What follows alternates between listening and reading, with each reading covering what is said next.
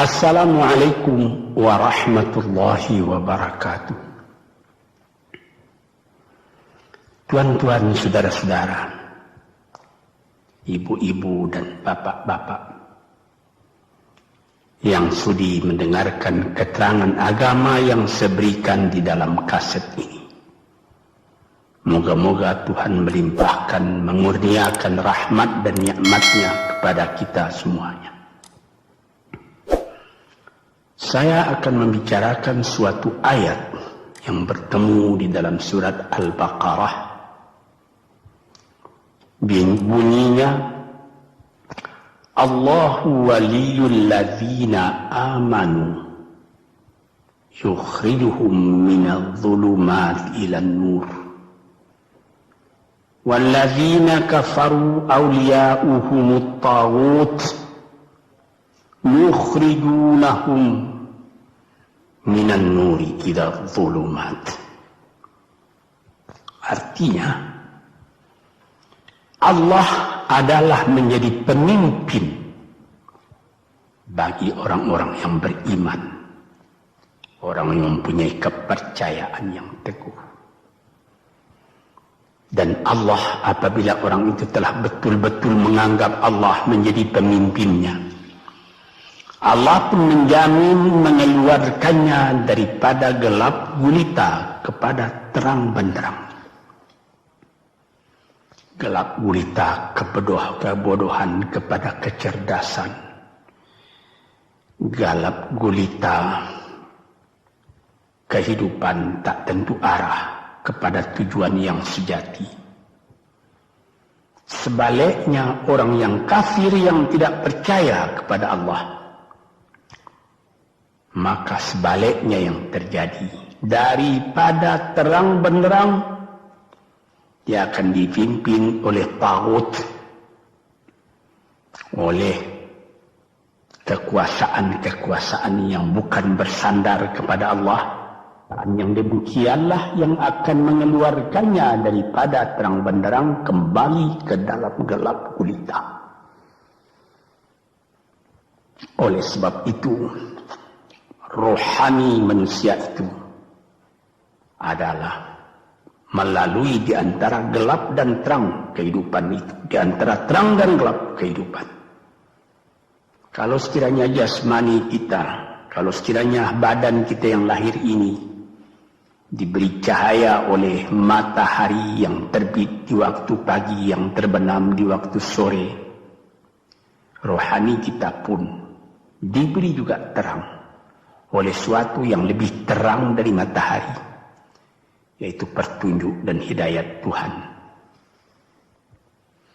Di dalam Al-Quran, Tuhan memberikan bujukan, memberikan jiwa besar kepada orang-orang yang beriman itu.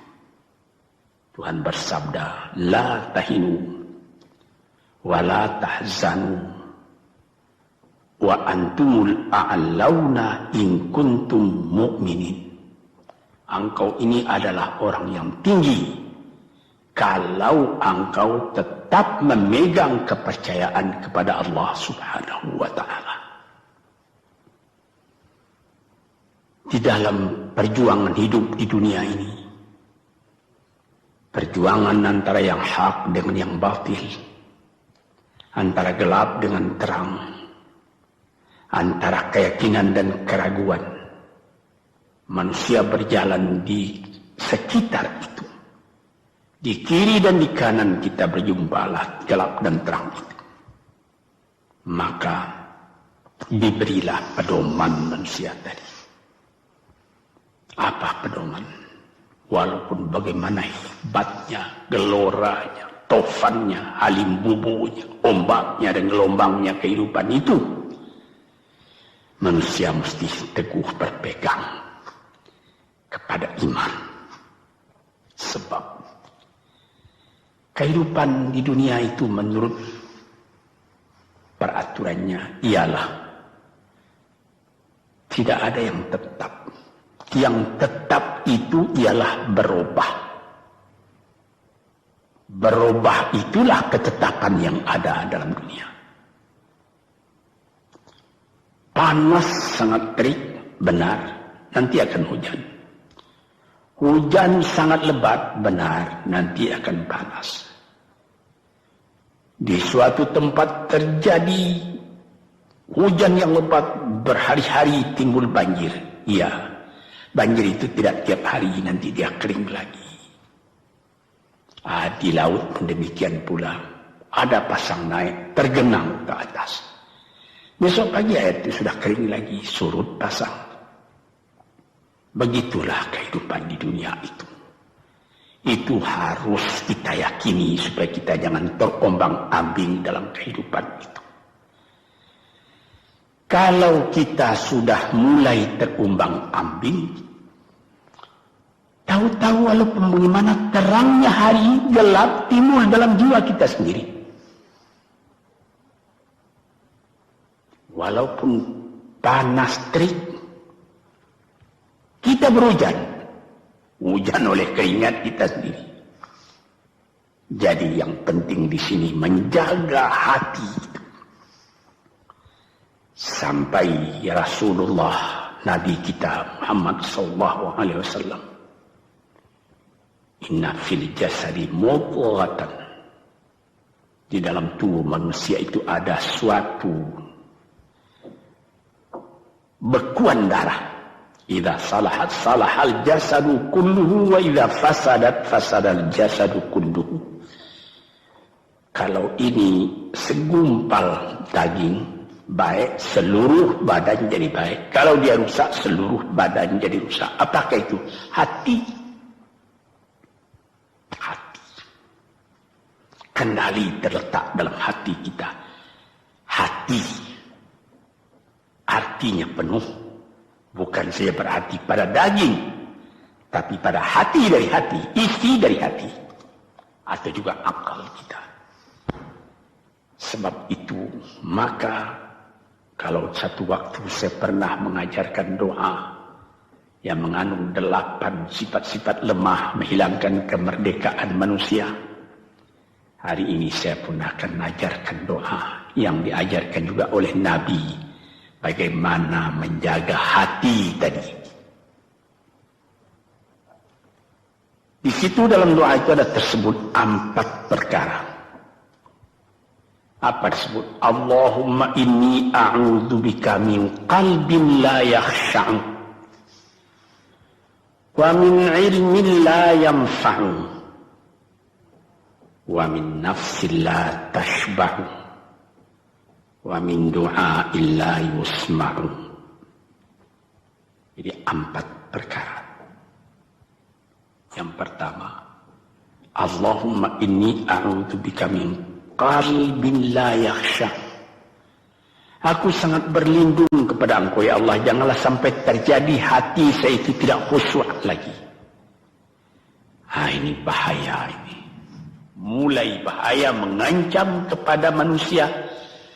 Kalau hatinya tidak khusyuk lagi, hati khusyuk yaitu hati itu tentu jelas tujuannya kepada Allah. Allah menjadi pegangannya. Allah menjadi bentengnya. Allah menjadi ingatannya. Allah menjadi tujuannya. Dan kepada Allah dia kalau sembahyang menghadapkan diri, menghadapkan hati, maka permohonan kita yang pertama kepada Tuhan, ya Tuhanku, janganlah sampai hati saya ini tidak khusyuk lagi. Sebagai orang Islam, kita sembahyang 5 waktu. Di dalam Al-Quran dikatakan sembahyang itu ialah khusyuk, terpadu ingatan kepada Tuhan. Tapi kalau kita sudah, hati itu sudah mulai ditumbuhi penyakit, walaupun sembahyang, mulai sejak Allahu Akbar, pikiran sudah menjalar kepada yang lain. Piutang belum menerima, utang belum terbayar, makanan belum masak, macam-macam lah yang teringat. Padahal kita dalam sembahyang. Ini apa arti sembahyang tadi lagi? Ini sudah mulai berbahaya ini. Banyak orang yang tidak meninggalkan sembahyang, tapi tidak ada bekas dari sembahyang itu kepada kehidupannya. Di dalam sembahyang kita baca inna salati wa nusuki wa mahyaya wa mamati lillahi rabbil alamin. Sesungguhnya sembahyangku dan ibadatku dan hidupku dan matiku sama sekali terserah kepada Allah. Ini dirasakan dalam hati, bukan cuma disebut di dalam mulut. Sebagaimana dikatakan, bukan jadi lip service sebagai satu tangan penggosok-gosok mulut, bukan begitu. Yang dari hati. Kalau sudah dari hati yang khusyuk, ini berbekas kepada kehidupan.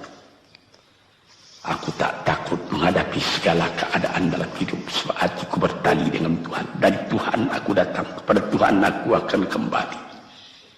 Ini namanya hati yang khusyuk. Tapi kalau sekiranya bacaan tetap fasih, tapi tidak ada lagi dari hati, melainkan rutin saja. Mayang 5 waktu sehari semalam, tapi tidak merubah kepada perangai, tandanya sembahyang tadi tidak khusyuk. Ini yang pertama kita minta kepada Tuhan. Janganlah sampai kita mempunyai hati yang tidak khusyuk, hati yang tidak teringat kepada Allah. Kalau hati tidak ingat lagi kepada Allah, maka segala pekerjaan yang terlarang sudah ringan saja kita mengerjakan. Menipu, berdusta, membujuk orang lain mengerjakan perbuatan yang salah, mencela, memaki, itu karena tidak ingat kepada Allah, cuma ingat kepada diri sendiri saja. Ini yang pertama. Yang kedua dikatakan, wa min ilmin la yanfa'. Dan aku berlindung kepada Engkau ya Allah daripada ilmu yang tidak memberi manfaat. Padahal disebutkan oleh ahli-ahli, ilmu yang memberi manfaat itu membawa manusia kepada iman. Al-ilmu yad'u ilal iman. Ilmu itu membawa manusia kepada iman. Sekarang sudah ilmu banyak, tapi tidak membawa kepada iman, melainkan membawa kepada celaka. Sudah maju kepandaian orang, ilmu, pengetahuan orang, teknologi orang, sains orang, knowledge orang, dan segala macamnya. Tapi tidak ada manfaatnya kepada manusia. Cuma bahaya karena ilmu tadi yang datang kepada manusia.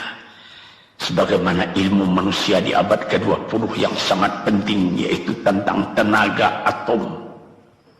Maka timbullah bom atom, bom hidrogen, nuklir. Sehingga manusia diancam sekarang ini oleh bahaya atom itu di mana-mana. Apabila kita lihat di televisi,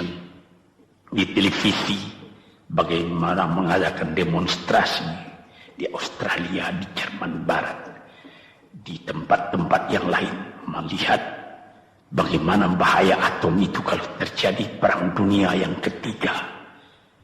Ya Rabbi ya Karim, bom atom yang jatuh di Hiroshima itu belum ada artinya dibandingkan dengan bom yang sekarang, yang sedang disimpan oleh kerajaan-kerajaan, oleh negara-negara besar untuk menghancurkan. Ini ilmu ini. Tetapi ilmu yang membawa bahaya, bukan saja tidak memberi manfaat, bahkan memberi bahaya.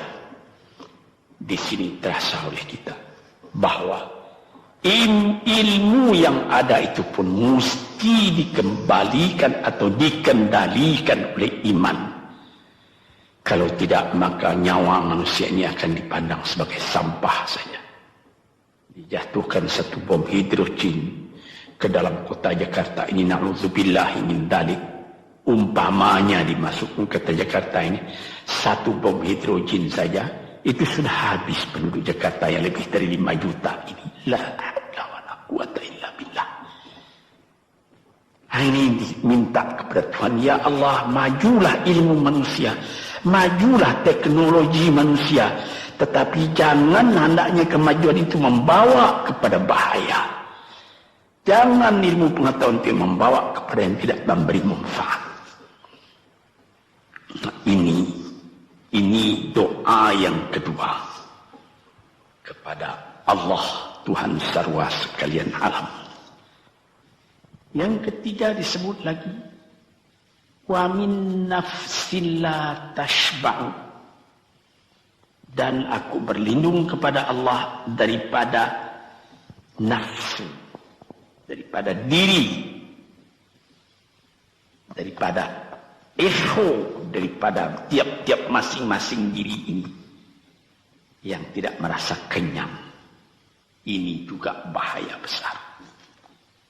Inilah yang menimbulkan penjajahan di dunia.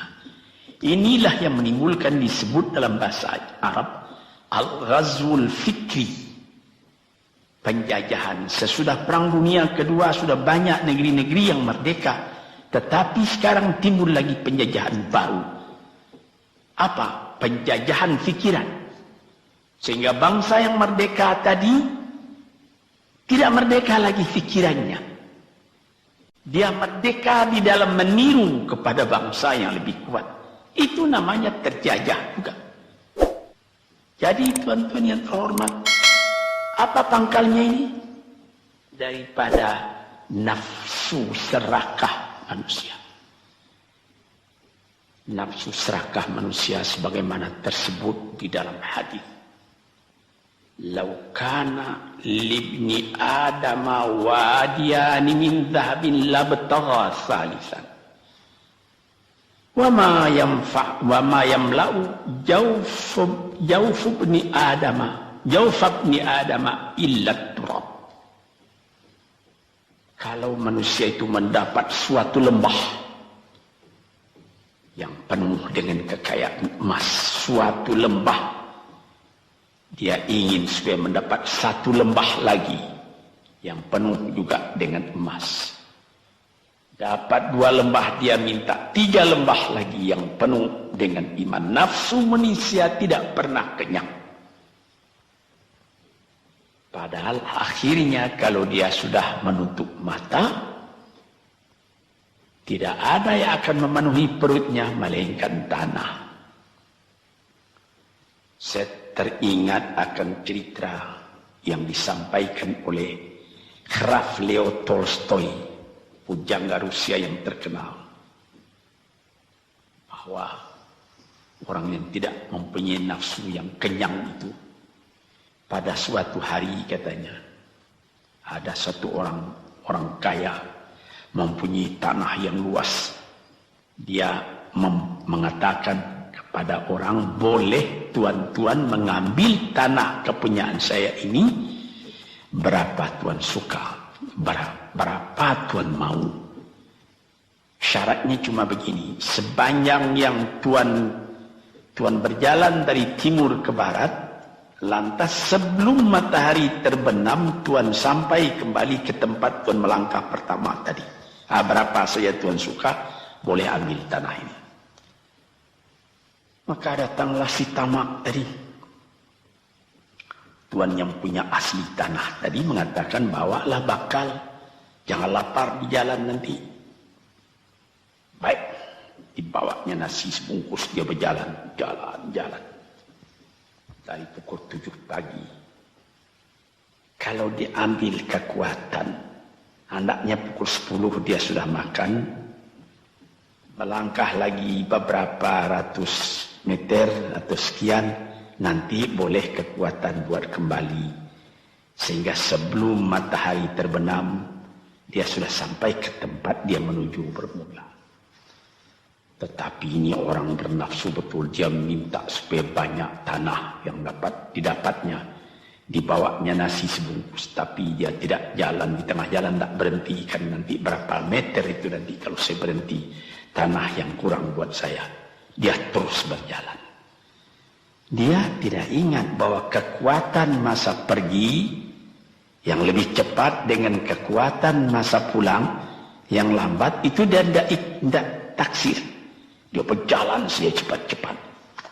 Sudah pukul 1 hari, sudah jauh perjalanan. Lantas nanti kembali. Kelemahan badan, kondisi dan suatu situasi tidak sama lagi. Tidak secepat dia pergi dahulu lagi dia pulang kembali. Maka bukan pukul 7 dia sampai, atau pukul 5 sore tadi dia sampai ke tempat dia berjalan bermula, karena dia jalannya sudah lunglai, kaki sudah penat, badan sudah letih. Kira-kira baru pukul 2 dia tidak dapat berjalan lagi karena sudah lapar. Dia coba makan sedikit pun tidak bisa lagi seenak makan yang tadi. Habis makan pun dia berjalan lagi. Pukul 3 dia terhenti.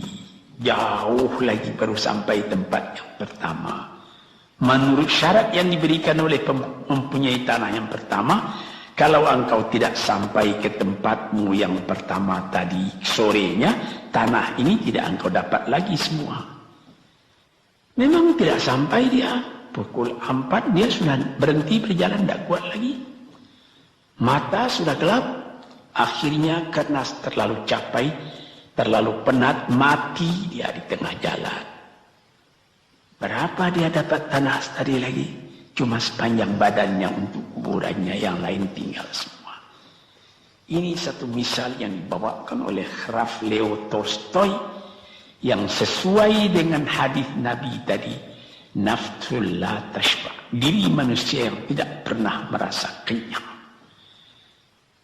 Kita berkehendak tidak berbatas, tapi tenaga kita sendiri berbatas. Ini kali tidak difikirkan oleh manusia. Dia punya angan-angan, dia punya macam teori yang dikeluarkan. Dia lupa bahwa nanti tenaganya itu akan terbatas karena sakit, karena lapar, karena tua. Sebagaimana pepatah dari nenek moyang kita, tanda-tanda dikirimkan lebih dulu bahwa kita tidak akan lama lagi di sini. Apa? Rambut, gigi, mata sudah mulai kabur. Uban sudah mulai bertabur. Gigi sudah mulai gugur. Kulit sudah mulai kendur. Kalau mata sudah kabur, uban sudah bertabur, gigi sudah gugur, kulit sudah kendur, sudah 4 perkara. Yang kelima ialah pintu kubur. Nah, ini kerap kali manusia lupa yang demikian. Sebab itu dikatakan, ya Tuhanku, janganlah sampai aku ditumbuhi oleh penyakit nafsu yang tidak mau kenyang-kenyang itu. Nah ini, kemudian itu timbul lagi doa yang keempat. Disebutkan di situ, wa min du'a illa yusma'. Ini lebih berbahaya lagi. Ini sudah puncak dari bahaya. Apa artinya? Dan aku berlindung kepada Engkau ya Allah daripada doa yang tidak didengar lagi. La ilaha illallah. Mendoa ya Allah, kasih aku ini, kasih aku kesempatan, tapi tidak didengar lagi. Tuan-tuan, para pendengar kaset yang tercinta, ada tersebut dalam hadis Nabi, wa malbasuhu haram, wa mashrabuhu haram, wa ghudhiya bil haram. Ya Rab, fa'anna yustajab lah. Ash'asa, aghbara. Badan sudah penuh dengan kotoran, penuh debu. Yang mudu ilaihi ila sama, menadahkan tangan keduanya ke langit. Ya Rabbu, ya Rabbu, ya Tuhanku, tolong aku, ya Allah, bela aku. Padahal yang dimakan haram, yang diminum haram, dibesarkan dengan yang haram. Fana yustajabulah. Dengan jalan apa Allah Ta'ala akan mengabulkan doa itu? Badan kotor menghadap kepada yang bersih, meminta diberi kebersihan. Bagaimana caranya? Tuan-tuan yang terhormat, pernah dalam Quran Tuhan mengatakan, la yanzuru ilaihi wa la yukallimuhum Allah wa la yanzuru ilaihi. Allah tak mau mengajak dia bercakap dan Allah tidak memandang kepada dia. Saya sendiri dengan segala kerendahan hati mengatakan bagaimana beratnya kita bertemu dengan seorang orang besar, lalu dia mengulurkan tangan kepada kita, tapi mata kita tidak dilihatnya. Sengsara rasanya. Bagaimana dengan Tuhan kalau Tuhan tak mau melihat kita? Nah, sebab itu para pembaca, pendengar kaset yang tercinta, berdoalah kepada Tuhan supaya hati kita selalu terbuka. Jangan sampai kita mempunyai hati yang tidak khusyuk, ilmu yang tidak memberi manfaat, jiwa yang tidak pernah kenyang, dan doa yang tidak didengar. Ya Allah, dengarkan doa kami dan tunjukkan kepada kami jalan yang benar dan beri kami terang dalam kehidupan ini. Yang keempat ialah wa min du'a illa yusma'. Dan aku berlindung kepada Engkau ya Allah, jangan sampai doaku tidak terdengar, tidak didengar oleh Tuhan. Sebagaimana kita tahu, doa itu adalah mukhul ibadah, tulang sumsum daripada ibadat kita sendiri kepada Tuhan. Segala perbuatan kita patrikan dengan doa, dengan harapan mudah-mudahan diizinkan oleh Allah. Disampaikan maksud kita, macam-macam yang kita minta kepada Tuhan. Tapi kalau doa itu sudah tak diperdulikan lagi oleh Tuhan, apa celaka kita, apa daya kita, apa upaya kita? Di sini kita melihat apa sebab maka doa tidak didengar oleh Tuhan, tidak diperkenankan oleh Tuhan. Tentu saja bukan dari salah Tuhan, melainkan dari salah kita sendiri. Di dalam Al-Quran dikatakan, Iyyaka na'budu wa iyyaka nasta'in. Al-Fatihah tersebut, kepada Engkaulah kami menyembah, ya Allah, dan kepada Engkau kami minta tolong. Tapi dengan tidak sadar, kerap kali kita berbuat terbalik. Iyyaka nasta'in wa iyyaka na'budu, kepada Engkau kami minta tolong, lalu kepada Engkau kami menyembah. Minta tolong dulu baru menyembah. Minta tolong banyak-banyak tapi terima kasih tidak ada. Tentu saja tidak didengar oleh Tuhan. Di dalam satu hadis tersebut,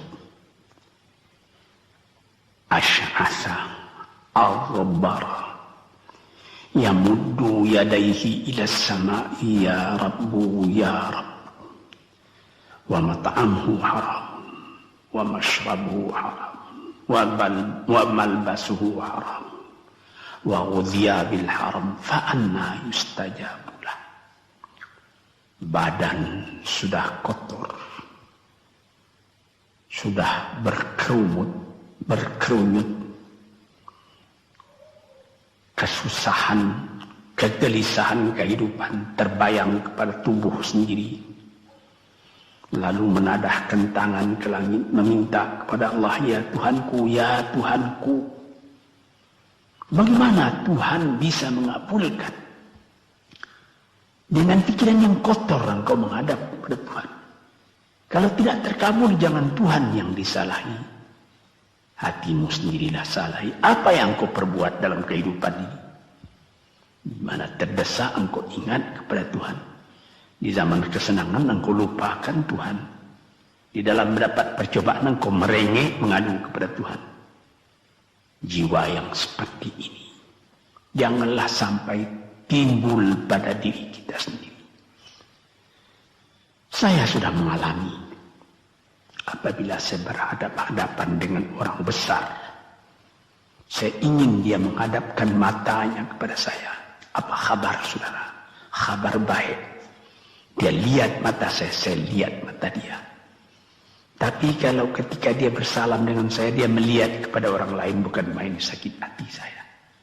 Apa salah saya maka dia begitu? Mengapa tidak saya yang dipandang? Sedangkan dengan sesama manusia lagi begitu perasaan kita. Bagaimana dengan Tuhan?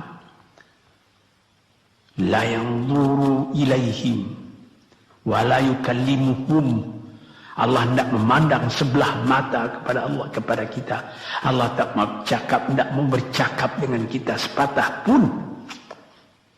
Langit mana tempat kita bernaung, bumi mana tempat kita berpijak kalau sudah demikian keadaannya.